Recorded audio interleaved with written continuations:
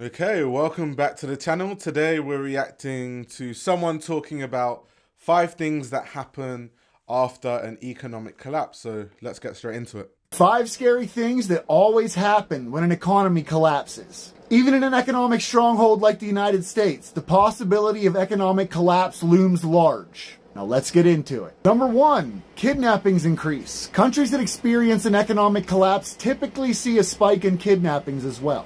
I speak about this all the time. It seems as though people don't understand that, there's a clear correlation between poverty and crime. Normally, not everyone, but some people normally commit crimes out of necessity. So it's when they are starving, they don't have food to eat and stuff. By necessity, they have to take it from other people. That happens a lot. So there's so many issues with the economic situation right now globally, whether that's inflation, pricing people out to very basic things. People can't afford rent.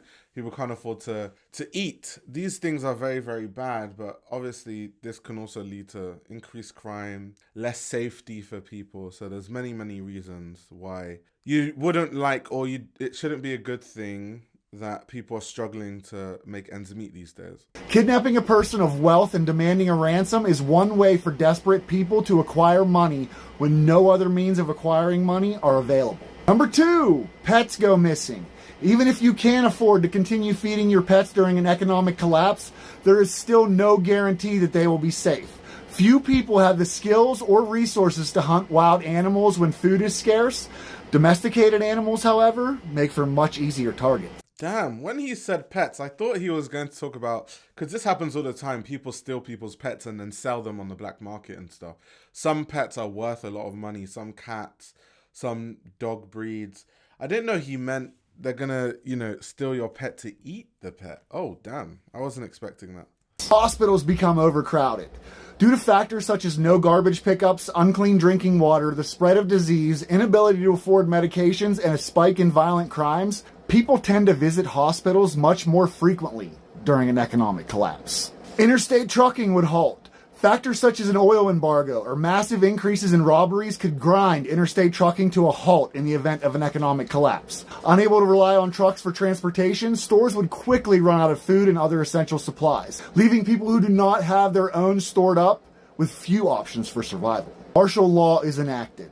In an attempt to curb some of the violence and chaos that ensues after an economic collapse, the government will likely enact martial law and turn over the governance of the people to the police and military. Which you don't want. Once the police and military are governing people, everything will just get violent, and no one wants that. No one wants that. In no way does this make life safer in extremely desperate times.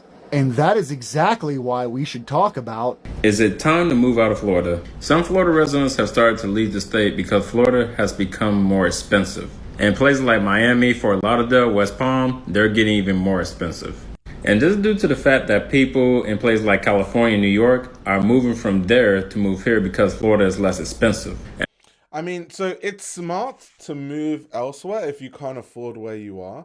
I know a lot of people sometimes feel like this emotional attachment to a place, but sometimes if the reality is if you can't afford to live there, then you can't afford to live there. You can come back obviously when you can afford it, but it's best to live in the real world. Otherwise, you'll just put yourself in bad financial positions, right? The only messed up thing about it though is when people leave one rich area to go to a lower income area, that's how they raise prices, and then it becomes more difficult for the actual residents of that place to stay there and live there, because once the rents go higher, everything goes higher, the food goes higher, because you have all these like New Yorkers coming into a place that's supposed to be cheaper for them, but then the residents then get pushed out with time, and that's how the cycle, it's like a cycle. It's really weird. And also interest rates are still going up. In fact, interest rates are the highest they've been in the last 20 years. Now, while all this is going on, people like Robert Kiyosaki are saying that there's a chance that there's going to be a real estate crash. Let me know what you guys think in the comments and follow me for more videos. So my husband called me today on the way home from work, and he asked me how much we were spending on groceries this year compared to last year and the year before. I told him I had no clue, but I could find out. I place all of our orders either on Instacart or on Walmart Plus. Since the month of September is not all the way over, I decided to go back to August for year 21, 22, and 23 to compare the difference. In 2021, we did not have a Walmart Plus membership, so I was only ordering from Instacart, and the total that I spent was $746.55. In August of 22, I also did not have a Walmart Plus membership. I joined in September, the month after this. Our groceries went from $746.55 to $1,493.08. Yeah, that seems about right. Like I've been telling people, the prices have damn near doubled, in some cases tripled. In my case, I've definitely seen items that 4 years ago I bought for £1 now cost £3. That has happened with a lot of things, actually. So yeah, that's just how it is. And it's I'll never not think that it's outrageous, because no one's wages have doubled that quickly. I mean, people's income has doubled if you've moved jobs, you've gone to a better job, you've done. But if you're in the same job, your employer is not like, I see that the cost of everything is twice as much, so we're going to double your salary. Like, that happened to no one. So it just means that when food, necessities that you need, because I mean, if you don't eat, you die. So necessities that you need, if the price of that goes up, you're just worse off. Unless your wage balances with that, which wages don't.